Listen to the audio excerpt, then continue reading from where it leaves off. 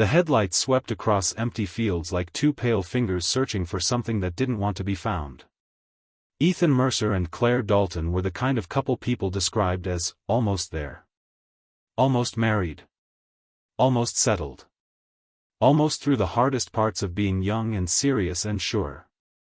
They'd spent the evening at a friend's engagement dinner, champagne flutes, bright laughter, toasts that sounded like promises, and by the time they left, the warmth of the party had faded into the sharp bite of a rural winter night. Claire sat stiffly in the passenger seat, her coat still buttoned, her hair pinned up the way she wore it when she wanted to look composed. Ethan drove with both hands on the wheel, jaw tight, eyes locked on the narrow ribbon of road ahead. The heater hummed, pushing lukewarm air that smelled faintly of old fabric and peppermint gum. Their argument had started as something small. It always did. A comment about money. A joke that didn't land. A look that felt like judgment. Then it grew, layer by layer, into a familiar, dangerous rhythm. "You don't listen," Claire said, voice low but shaking at the edges. "I do listen," Ethan snapped. "I'm just tired of being told I'm wrong every time I open my mouth." Outside, the countryside was a frozen postcard, bare trees clawing at the sky, fences disappearing into darkness, occasional farmhouses sitting far back from the road like they were trying to hide. There were no streetlights here. No traffic. Only the steady rush of tires over asphalt and the faint rattle of something loose in the dashboard. Claire turned her face toward the window, watching her reflection flicker in the glass, pale cheeks, tense mouth, eyes too bright. Ethan glanced at her once, as if he wanted to say something softer, something that could rewind the last 10 minutes. But pride sat between them like a third passenger. Then, without warning, the car slowed. At first, it seemed like a simple mechanical hiccup. The engine stuttered. The headlights dipped. Ethan eased the wheel to the shoulder where the gravel was thin and the ground dropped off into a shallow ditch. "What are you doing?" Claire asked. "The car, something's wrong," Ethan said, though his voice carried frustration that had nothing to do with the engine. The vehicle rolled to a stop on a lonely stretch of road. No houses. No driveways. Just fields and trees and a wind that whistled around the metal frame like it had been waiting for them. Ethan tried the ignition again. The engine coughed, then died. He exhaled hard, the sound fogging the air in front of him. "Perfect," he muttered. Claire's fingers tightened around the strap of her purse. Her knee bounced once, twice, an anxious metronome. "We shouldn't be out here," she said, scanning the darkness as if it might lean closer. Ethan pushed open his door. Cold air poured in immediately, sharp and clean, carrying the smell of damp earth and distant wood smoke. "I'm going to check under the hood," he said, and stepped out into the night. Claire watched him through the windshield. His figure moved into the beam of the headlights, shoulders hunched, hands shoved into his pockets for warmth. When he popped the hood, it rose like a dark mouth opening. For a moment, there was only the sound of wind and Ethan's muffled curses. Claire stared straight ahead, trying to breathe slowly, trying not to feel the crawling sensation at the back of her neck. Then something shifted, quickly, close to the car. Claire turned her head, just slightly, as if afraid of what she might see. A shadow moved near the driver's side. A shape. A sudden, sharp blur of motion. Ethan made a sound, half gasp, half startled shout, then another sound followed, heavier, more desperate. The hood slammed down with a metallic clank that echoed down the empty road. Claire's door handle jerked under her hand as she reached for it without thinking. Her heart hammered so hard it felt like it was pressing against her ribs. Outside, Ethan stumbled backward into the light, his face contorted in confusion and shock. His hands lifted, palms open, as if trying to ward something off, or plead with it. And then he collapsed to his knees on the gravel. The world seemed to hold its breath. Claire screamed. When the first calls reached authorities later that night, the story was simple and terrifying: a young engaged couple stranded on a rural road, confronted by a stranger consumed with rage. Claire, visibly hurt and shaking, would say she'd watched helplessly as the person turned on Ethan, then vanished back into the dark like a nightmare that refused to leave proof it had ever been there. But the road was quiet. Too quiet. And the night had more truth in it than Claire's trembling voice could hold. The scream tore through the stillness, raw and unrestrained, echoing across the fields before dissolving into the cold night air. Claire stumbled out of the car, her boots slipping on loose gravel as she rushed toward Ethan. The headlights cast harsh shadows, turning every movement jagged and unreal. Ethan lay on his side, one knee bent awkwardly beneath him, his breath coming in wet, uneven bursts. Dark stains spread across his jacket, almost black in the low light. "Oh my God, Ethan, Ethan, please," Claire cried, dropping to her knees beside him. Her hands hovered, unsure where to touch without hurting him more. Her fingers shook violently. Ethan tried to speak. His lips parted, but only a thin sound escaped, followed by a sharp intake of air that rattled in his chest. His eyes locked onto hers, wide and confused, as if he was still trying to understand how an ordinary drive home had fractured into this moment. "I'm here," Claire said, her voice cracking. "I'm here. Help is coming." She fumbled for her phone, nearly dropping it twice before managing to unlock the screen. Her gloves were smeared with something dark and sticky. She wiped them on her coat without thinking and dialed emergency services, her words tumbling over each other as soon as the call connected. "We were attacked," she said, breathless. "Someone just came out of nowhere, please, he's bleeding, he's not okay. We're on County Road 12, near the old fence line. Please hurry." As she spoke, she kept glancing over her shoulder, scanning the darkness beyond the reach of the headlights. Every rustle of wind through dry grass sounded like footsteps retreating.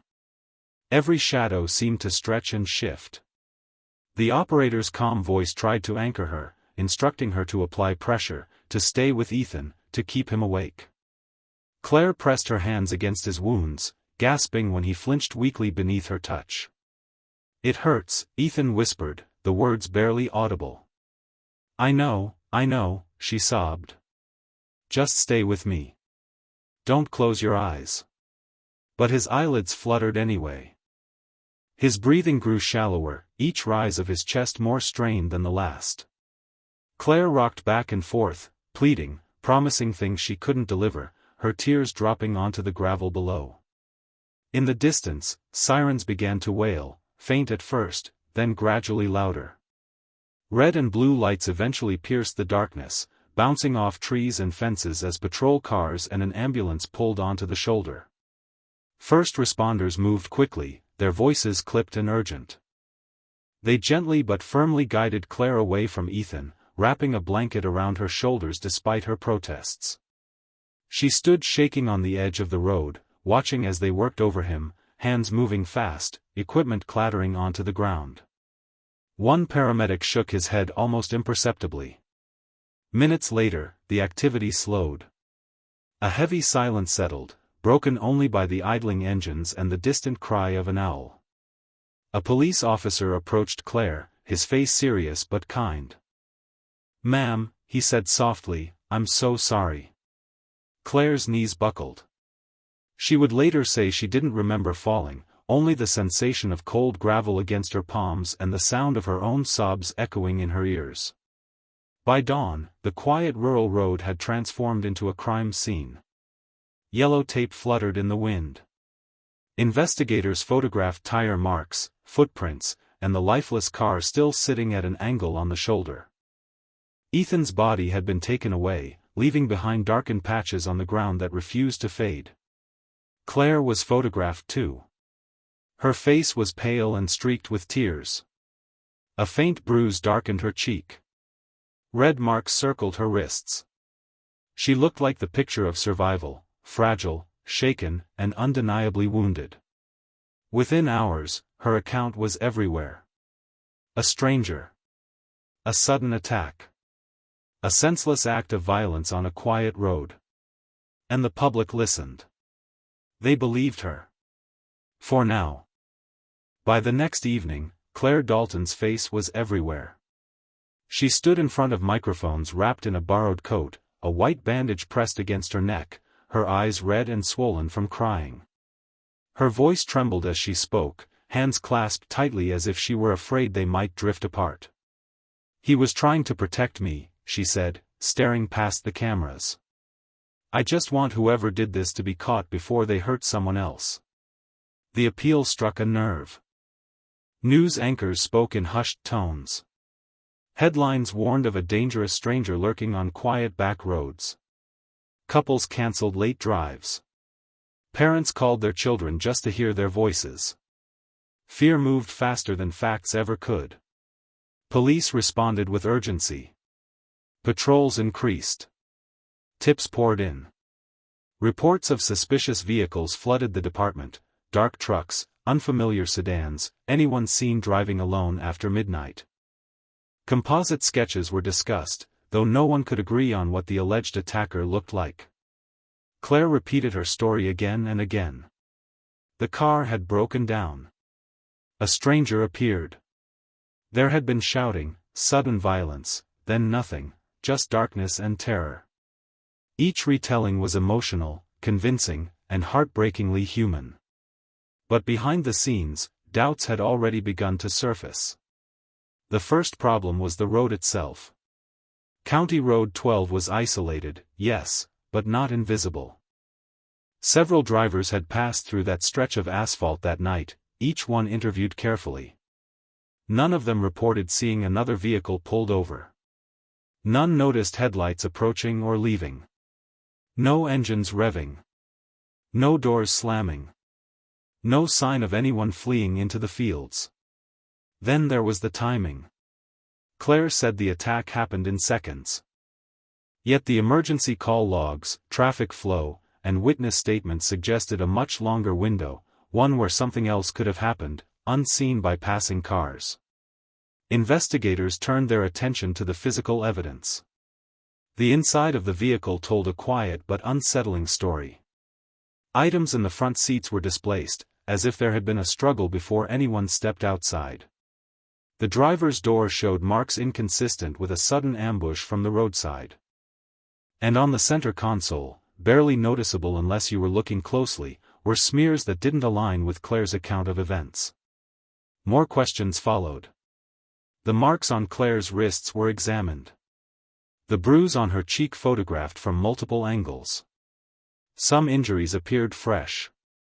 Others seemed older, fading in a way that suggested they hadn't all come from the same moment. Forensic teams worked patiently, methodically. They collected fibers, examined clothing, documented patterns that told stories without words. Hair was found clutched tightly in Ethan's hand, pulled free with force. It did not match an unknown attacker. It matched Claire. Detectives didn't rush to confront her. Instead, they listened. They compared notes. They reconstructed the night frame by frame, replaying it until the gaps became impossible to ignore. At the same time, friends of the couple began sharing uneasy memories. Arguments that escalated quickly. Doors slammed hard enough to rattle walls. Apologies that came too fast, too often. A relationship marked by intensity, love that burned hot, then scorched. What had once looked like a random act of cruelty was starting to resemble something far more familiar. Something closer. And the road that had seemed so empty that night was slowly filling with truth, truth that pointed not outward into the dark, but inward, toward the woman who stood beneath the cameras, asking for justice. The interviews began quietly. Claire was invited back to the station under the pretense of clarifying details, small things, the kind no one would question. She arrived wrapped in grief, eyes downcast, voice soft. She thanked the detectives for their hard work, apologized for forgetting times and distances, blamed shock for the gaps in her memory. They let her talk. She described the argument again, this time with more emotion. Ethan had been angry, she said. She had been scared. The car had stopped. A stranger appeared. Everything after that blurred together. But when detectives gently asked her to walk through the timeline once more, something shifted. Her answers began to change in subtle ways. The position of the car. Where she was standing. Whether she had already unbuckled her seatbelt. Each correction seemed minor on its own, but together they formed a pattern that refused to settle. They showed her photographs from the scene. Claire's eyes lingered too long on some of them. Her breathing quickened when she saw the ground near the driver's door. When asked about the hair found in Ethan's hand, she swallowed hard and looked away. "It must have happened when he tried to pull me back," she said quickly. The problem was, the force required to tear hair out didn't match her explanation. As hours passed, the room felt smaller. The lights buzzed softly overhead. A paper cup of water sat untouched in front of her, the surface perfectly still. Detectives laid out the evidence carefully, not as accusations, but as facts. The absence of another vehicle. The blood patterns indicating close, direct contact. The lack of footprints leading away from the scene. There was no one else there, one detective said quietly. Claire shook her head, tears spilling over. "You're wrong. You have to be." But doubt had already begun to creep into her voice. Behind closed doors, investigators finalized their conclusion. The night had not spiraled out of control because of a stranger. It had erupted from something that had been building for months: resentment, fear, anger, all compressed into a single moment with nowhere left to go. The argument had followed them out of the car. What happened next was not sudden. It was personal. When Claire was formally charged, the news spread even faster than her original plea for help. Shock rippled through the public. Commentators replayed her televised appeal, analyzing every pause, every expression. Sympathy turned to disbelief, then to anger. Friends struggled to reconcile the woman they knew with the evidence laid out before them. Some stood by her. Others quietly admitted they weren't surprised. At trial, the courtroom was heavy with tension. Claire sat stiffly beside her attorney, hair pulled back, face carefully composed. Across the room, Ethan's family watched without expression, grief etched into every line of their faces. Experts testified about forensic findings, about timelines and patterns that could not be ignored. Witnesses spoke about the couple's volatile relationship, the fights that left people uneasy. When it was Claire's turn to speak, her voice was calm, but it lacked the conviction it once had. The story that had once captivated a nation was unraveling, thread by thread. And this time, there was nowhere left to hide. The verdict came on a gray afternoon, the kind of day where the sky felt low and heavy, pressing down on everyone beneath it. Claire sat motionless as the jury filed back into the courtroom. Her hands were folded neatly in her lap, knuckles pale. She did not look toward Ethan's family. She did not look at the spectators packed into the benches behind her. Her eyes stayed fixed on a spot just above the judge's desk, as if focusing hard enough might turn time backward. The foreperson stood. The words were brief. Clear. Final. Guilty. A quiet murmur rippled through the room, followed by muffled sobs from Ethan's relatives. Claire closed her eyes, exhaling slowly, not in shock, but with something closer to resignation. The performance was over. During sentencing, the court heard once more about Ethan's life. His plans. The wedding invitations already drafted. The future that had existed right up until the moment it didn't. Photographs were shown, smiling, ordinary moments that now felt painfully distant. When it was Claire's turn to speak, she stood carefully, smoothing the front of her jacket. Her voice was steady, but flat. "I never meant for it to end like this," she said. "I loved him." The statement hung in the air, unanswered. She was sentenced to decades behind bars. In the years that followed, the case refused to fade. Documentaries dissected every interview. Analysts replayed her tearful appeal frame by frame, pointing out details no one had noticed at first, the way she avoided certain questions, the careful language she used to distance herself from the act itself. Eventually, long after the cameras stopped rolling and the public moved on, Claire spoke again, this time without microphones, without an audience. In a quiet room, she admitted what investigators had known all along. The argument had spiraled. Voices had risen. Words had cut deeper than intended. In a moment of rage and fear, control slipped away. When it was over, she said, she panicked. The story of a stranger came easily, too easily. It had almost worked. Her confession brought no relief to Ethan's family. No sense of closure.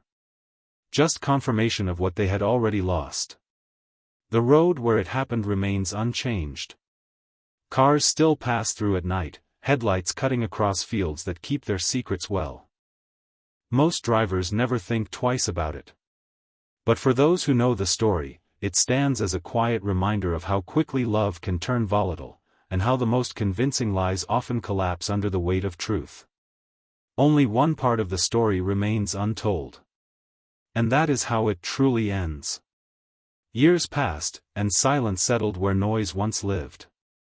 Claire Dalton faded from headlines into records and routines, her days measured by schedules and locked doors instead of arguments and apologies. Inside the confines of her new reality, there were no cameras, no sympathetic nods, no carefully chosen words. Only time, long, unbroken, and unforgiving. Ethan Mercer's name, however, remained alive in quieter ways.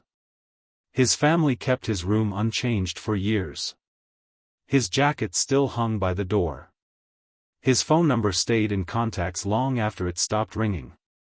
On anniversaries and holidays, they spoke about him in the present tense, as if doing so might keep him close. The case became a study for investigators and students alike, not because it was complex, but because it was human. A reminder that danger does not always arrive loudly. Sometimes it sits beside you in silence. Sometimes it wears a familiar face. Sometimes it speaks in a trembling voice and asks for your help. The rural road remained unchanged. No marker. No sign. Just asphalt stretching through fields that had witnessed everything and said nothing. Drivers continued to pull over for flat tires and engine trouble, never knowing how thin the line can be between ordinary frustration and irreversible consequence. In rare moments of honesty, Claire would later say the lie haunted her more than the act itself. That standing before the world, injured and grieving, had felt like crossing a line she could never return from.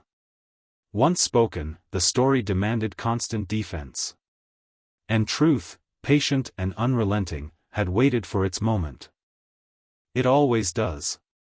The public appeal that once sparked fear became the very thing people remembered most, a performance so convincing it delayed justice, but never stopped it.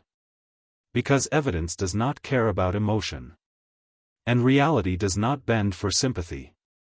In the end, there was no stranger on the road. No sudden threat from the dark. Only two people, alone with their history, on a winter night that refused to forgive what happened there. And a truth that waited quietly, until it was the only thing left standing.